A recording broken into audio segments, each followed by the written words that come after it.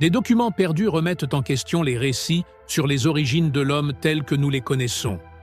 Des textes anciens, délibérément supprimés et qualifiés d'hérétiques, suggèrent que la création humaine ne se limite pas à l'acte de façonner le corps physique. Des ouvrages tels que l'Évangile de Philippe et le livre d'Hénoch révèlent des fragments d'une histoire beaucoup plus complexe, où l'humanité est divisée en 3 types d'êtres distincts, chacun doté de caractéristiques spirituelles uniques. Ces manuscrits parlent d'êtres de lumière, d'humains terrestres et d'êtres nés du feu, des figures qui vont au-delà des définitions conventionnelles de l'humanité. Au fil des siècles, ces textes ont été censurés, détruits ou cachés, ne laissant que des fragments, de sorte que peu de gens ont accès à leur contenu. Mais pourquoi cacher un tel savoir? Quelle est la raison qui pousse l'humanité à ignorer ces vérités? La réponse réside peut-être dans l'impact que cette sagesse aurait sur notre perception de nous-mêmes et, surtout, sur les structures de pouvoir qui dépendent d'une obéissance aveugle. Si ces écrits offrent une vision de notre nature qui remet en question tout ce qui nous a été enseigné, quelle serait la portée de cette révélation?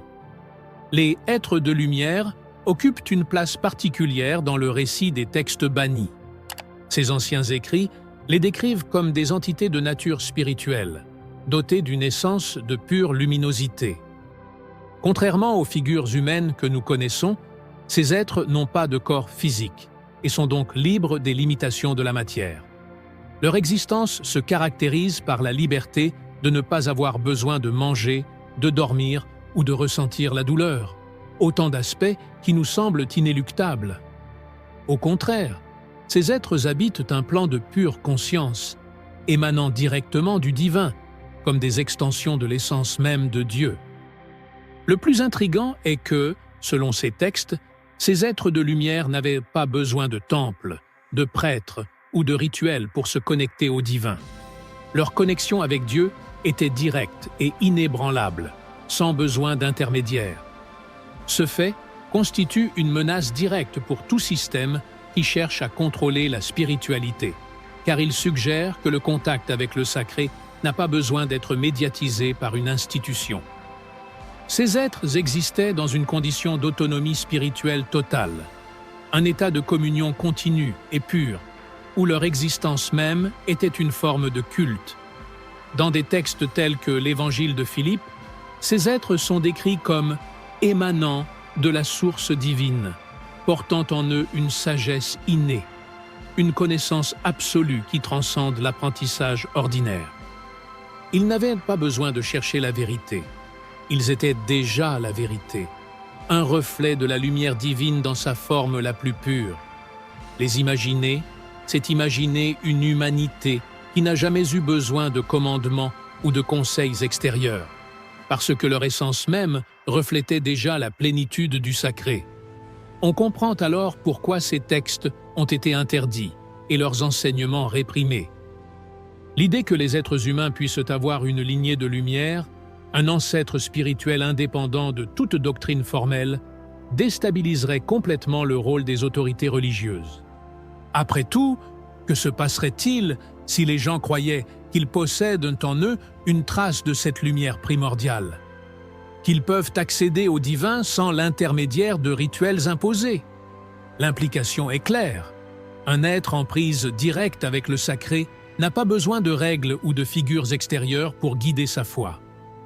L'existence d'êtres de lumière suggère que l'humanité disposait à l'origine d'un potentiel divin oublié, d'un état spirituel récupérable. Au fil des siècles, ce potentiel a été réduit au silence, considéré comme une vérité dangereuse qui ne pouvait être laissée à la portée de tous. Ces êtres représentent une mémoire ancienne qui, une fois redécouverte, pourrait ébranler les fondements d'un système de contrôle basé sur la distance entre l'humain et le divin.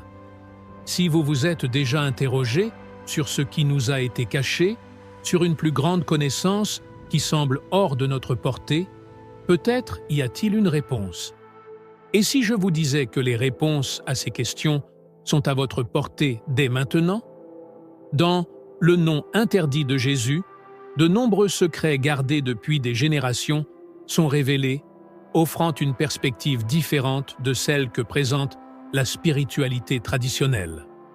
Pour ceux qui sentent qu'il y a une plus grande connexion à trouver, cet e-book pourrait être la prochaine étape de leur voyage. Consultez le premier commentaire fixe, où vous pouvez y accéder et le découvrir par vous-même. Contrairement aux êtres de lumière, décrits comme des entités spirituelles et divines, les humains terrestres apparaissent dans les textes anciens comme une création basée sur la matière. Selon ces textes, ils ont été façonnés par le démiurge, un personnage